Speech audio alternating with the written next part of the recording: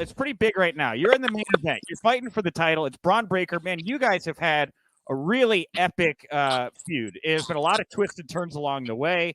What's it been like for you to work with Bron and be able to tell this kind of long-term story, you know?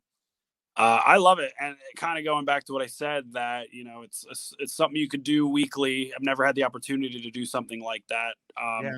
So to be able to not only do anything with Bron, to be able to work with a WWE Hall of Famer and Rick Steiner, his father, to be able to do anything with that family is amazing, considering, you know, I've watched Rick and Scott Steiner as a child on TV growing up.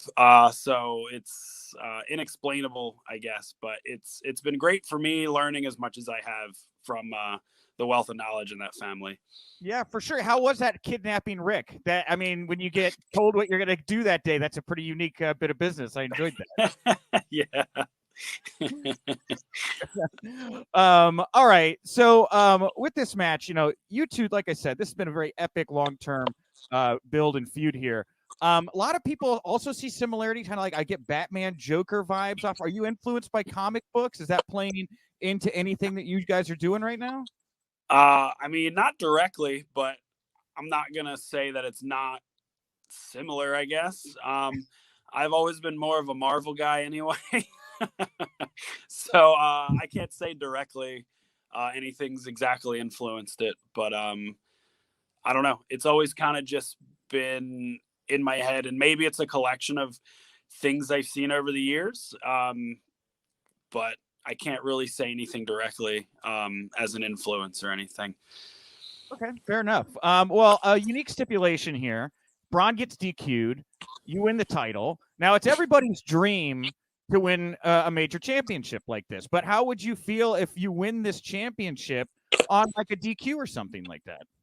I mean, that's why the match was made, so I could potentially do that. So becoming NXT champion will be a big deal. And I think it's going to be a big deal when it happens. Okay. All right. So fair enough. So like when you become NXT champion, you know, what kind of a champion do you see yourself as, Joe? Are you going to be a fighting champion? Are you going to make people step up? Like what kind of a champion do you see Joe Gacy as?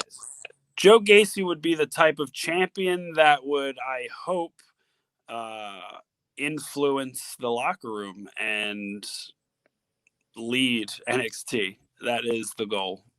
Yeah. Do you feel like a leader at NXT? I mean, you came in with a little bit more, you know, independent wrestling background than some of the other people that have been signed recently. Do you feel more like a leader in NXT right now? So oddly, maybe I should be. You know, when I first got here, the locker room was very different. You know, you had like guys like Tommaso here who, in my opinion, would have been the leader of NXT. Now that, you know, he's where he is, I look around at the locker room and I see like, wow, there's, you know, these guys who are the faces of NXT 2.0. And I guess in a way we all are kind of the leaders, as well as the females too. So, you know, I think it's an adjustment, but I think we're slowly finally getting to that point where we're hitting a stride. And I think we are the faces that are being looked up to from a lot of the younger talent coming in. Yeah, for sure. And, you know, next week NXT is going to hit the road.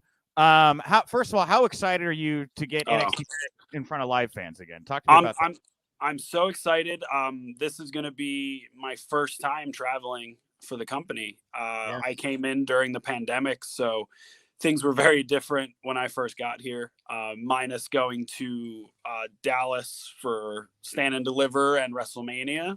That was a very surreal experience. And that was my only time I got to travel for the company. So this is, you know, being able to finally hit the road again and go out to all these different towns and cities in Florida for now, hopefully more later.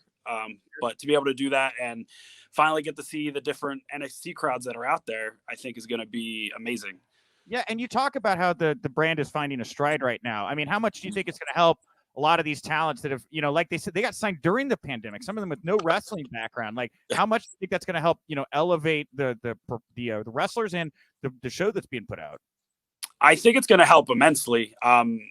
to be able to see different crowds, meet different crowds, hopefully potentially gain, more fans. If anyone hasn't come to the new NXT here, because we've been based in Orlando, hopefully with more traveling, we'll be able to get more people to come back out and come see more shows. Hopefully the fear of the pandemic is dwindling a little bit, so more people come out. But I think besides that, getting these newer people that might not have as much experience in the ring as much as possible, and wrestling guys that are, the faces of NXT, I guess they could learn a lot from them. Well, kind of looking ahead here, Joe. Obviously, NXT is great. A lot of wonderful names and faces, but there's a big WWE universe out there. Looking down the road, I know you mentioned Tommaso Ciampa as somebody that you really enjoyed working with at the Performance Center, but are there dream matches for you, Joe? Like, who do you most want to see Joe Gacy take on the main WWE roster? Well, I mean, everyone could say that they want a shot at Roman Reigns, right? That's an easy answer, but I have a lot of people that I would love to get in the ring and mix it up with. Obviously, he would be a top one, but for my own personal feelings, I guess I would have to pick somebody like Kevin Owens, Sami Zayn, Matt Riddle. I mean, any of these guys. I've never actually had an opportunity in the past, so for me, it would be pretty big to be able to do that. I think you might give Sami Zayn an actual heart attack. I don't know that he could handle Joe Gacy. He doesn't seem like he's in a good place mentally these days, Yeah, you never know with him. Yeah, anyway. Joe...